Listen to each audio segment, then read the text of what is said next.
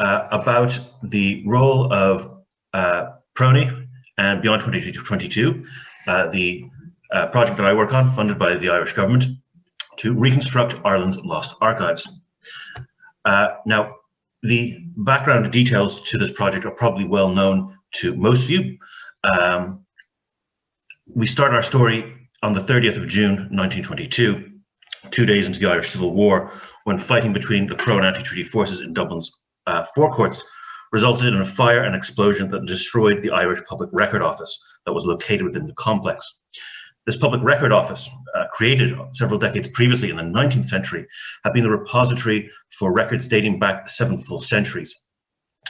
The richness of what was contained and thus destroyed during the Irish Civil War in this building is nothing short of astonishing. I have an image here I always like to show. On your left is a rare image from the inside of the Public Record Office of Ireland pre-1920, showing you the record treasury where all the goodies were stored. And on the right, a rather grim picture, unfortunately, which is of bystanders in Dublin picking up documents of various historical provenance in the wake of its destruction. Now, these are heartbreaking images, yet at the time, many people indeed assumed that what was contained within the forecourts, within the PROI, was maybe some boring internal administrative records. One anti-treaty fighter said he assumed that all that was in the forecourts was the government's records of its payments to informers. Well, that was not true. What was inside the treasury, shown on the left, was an absolute treasure trove. Everything from medieval exchequer records to correspondence with the barracks board, 19th century censuses going all the way back to the first statutory census in 1821, chancery records detailing land ownership and the transfer of land ownership all the way back to the 14th century, thousands of wills and title deeds, centuries of Church of Ireland parish registers. And of course, my particular interest, the correspondence of generations of chief secretaries, lord lieutenants, the top executive government going all the way back to the late medieval period, all destroyed within hours. Now, given all this, it is easy to be overwhelmed. How do we compensate for the loss of such an amazing record treasury? However, we in Beyond 2022 are attempting to do just that. We have 4 pillars to our project, seen here on the screen: to discover replacement materials, to digitize them, to help use those to reconstruct the lost archive, and finally to reveal those to enhance access to the public. Now, one of the first things we had to get a handle on as a project was what are called the SALVED records. These are the remaining pieces of paper, parchment, vellum that were actually salvaged from the destroyed building in 1922. Now, as you can see from some of these images, in some cases there's not a lot left. In other images, which I don't have to show you today, there's actually quite impressive survivals. Now, these are currently being worked upon by a team based in Dublin in the National Archives of Ireland, led by Dr. Zoe Reid. I can't say much more about these salved records today, but rest assured that they are being preserved, conserved, and a full listing of what has survived and what condition it in will be unveiled by next summer. In the meantime, though, what I'm tasked with is finding other sorts of replacement materials. If the salved records are what survived, we have to look at ways to sort of replace what didn't survive in any format. And I've listed some examples here, and I won't go through all of them, but some of them sort of won't surprise you. We're looking for duplicates, things that were copied from the original destroyed records back when they still existed pre-1922. So facsimiles, certified copies. The PROI, the Public Record Office of Ireland, made certified copies during its existence. Transcripts by private researchers, calendars or abstracts, and a broad category that we call para replacements, things that aren't one-for-one substitutes, but which actually fill in a lot of the picture. And it should be said that the search for substitutes for these destroyed collections go all the way back to the creation of PRONI in 1923. The first deputy keeper of PRONI, David Chart, was himself a former employee of the destroyed archive, the Public Record Office of Ireland. And he very quickly and very aggressively early on in his tenure sought out sources that would be potential substitutes. And these are sources we are interested in: the records of local government, church records, educational records, of course, solicitors' papers. We are in many ways just a digital version of an analog project that has been going on since the 1920s. In PRONI, one of the big things we are looking at is family collections, particularly for the real movers and shakers of landed and political society going back to the early modern period. Some of the names will undoubtedly be familiar to an Ulster audience and to our audience of people, many of whom I'm sure are familiar with PRONI's collections. Some of the big prize collections in PRONI, like the Ainsley papers, the Foster papers, Downshire, Abercorn. I mean, these are sort of magic names. Why we're interested in them is because often these big families held some of the big positions of power in the Irish state. Lord Lieutenant, Chief Secretary. I mean, I've given you two examples on the screen there. The first Marquis of Anglesey, Lord Lieutenant from 1830 to 33, a very crucial time in Irish history after the acquisition of Catholic emancipation, sort of the O'Connellite era. Below him, we have Viscount Castlereagh, the Chief Secretary of Ireland between 1797 and 1801, between the Act of Union and in the wake of the 1798 rebellion. These men and their families took away papers, official papers.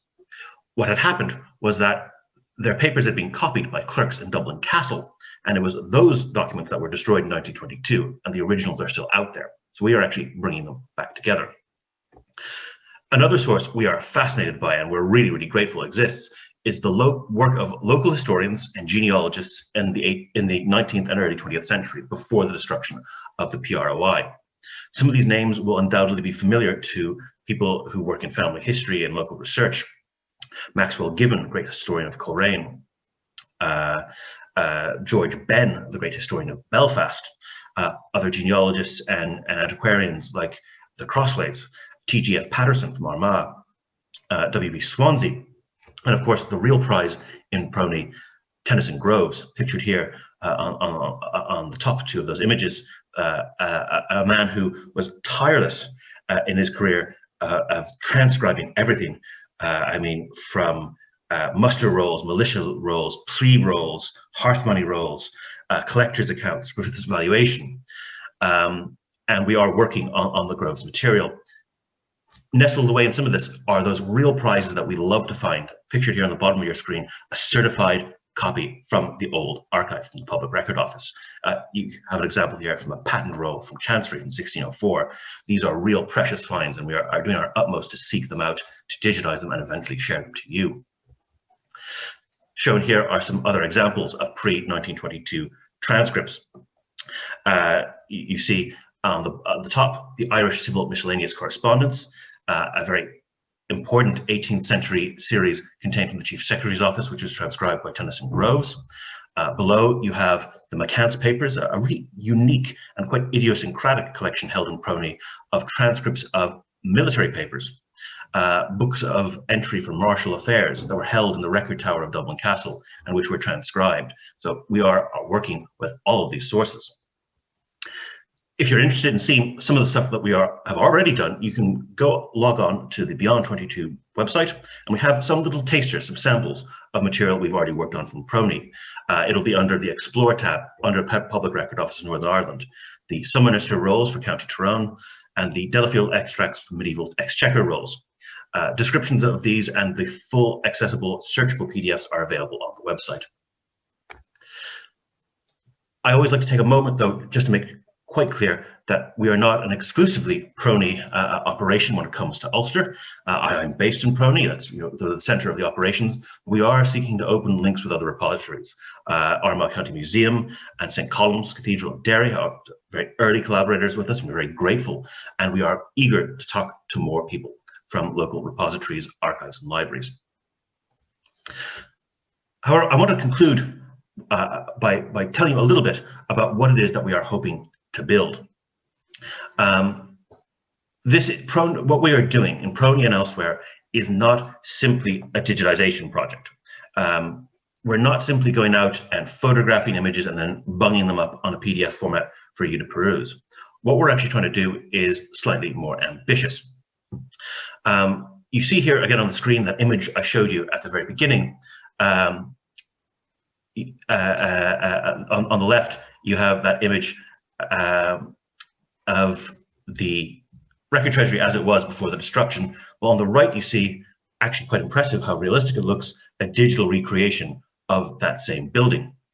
What we are hoping to do by next summer is to lay the groundwork and to have gone a substantial part of the way of creating a virtual reconstruction of this lost archive and populating it as much as is possible with suitable replacement materials. So one of the things I'm always eager to make clear is that what we are producing is not just images of the destroyed material, but searchable text. This is actually something that has only really become possible to do in bulk recently. We are, Beyond 2022 and Trinity College is a core partner of a program, a co-op called Transcribus, which is cutting-edge AI-powered technology that allows us to produce automated transcription services of historical manuscripts. So actually depicted on the screen here, weird enough, is one of those Tennyson Groves notebooks held in PRONI, a genealogical notebook relating to material from the early 17th century. This is the machine being taught Groves' handwriting and how to automatically generate transcriptions. The idea here is that you're not going to be able to just see the originals, but you're going to be able to search through the text to find place names and person entities. That's really, really important. The end product that we are striving for, depicted here in the top left-hand corner, is a VR treasury, a recreation of the destroyed archive.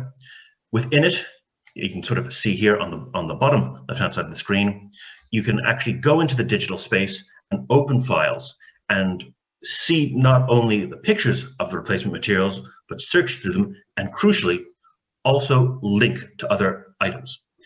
What we are building is an entity that we refer to as a knowledge base.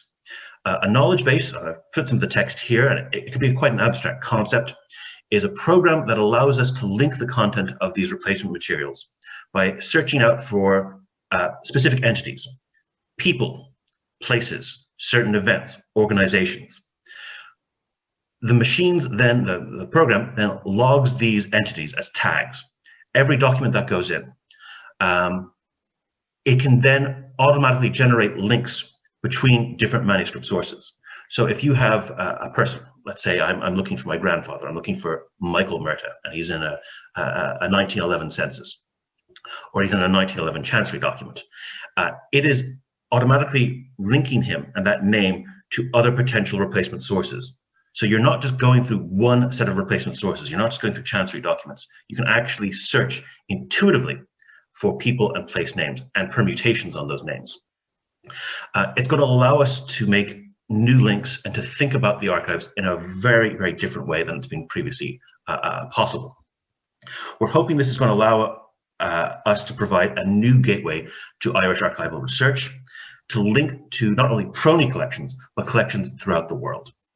Now, this is quite an ambitious feat, and pictured on your screen now is what we are hoping to build by next summer, that you should be able to digitally enter the space of the Public Records Office, go through the different levels, the different gateways and the different shelves to find replacement materials. But I will end what I'm saying today by saying something quite simple, which is that this is a big task. We are working as hard as we can. Obviously, we have been hit badly, as everyone has, by the pandemic in terms of our access to archives throughout Ireland and throughout these islands, throughout the UK. We are hoping to do our best to repopulate it. We have got a surprising amount. We've set ourselves a goal of so many millions of words of searchable text. We are hoping to beat that goal. But one thing we do need is to hear from you. The type of audience who are listening to me today on a resource fair like this are likely to be the type of audience who will know about things that I may not always be aware of as an archivist and an archival discovery fellow in PRONI, as a researcher. We are eager to hear your hints, your tips, and to hear what it is you are looking for. So you can find my contact details available on the website. We are eager to hear from the public, and to hear from the public that are likely to use this as a resource for what it is you think we should be looking for.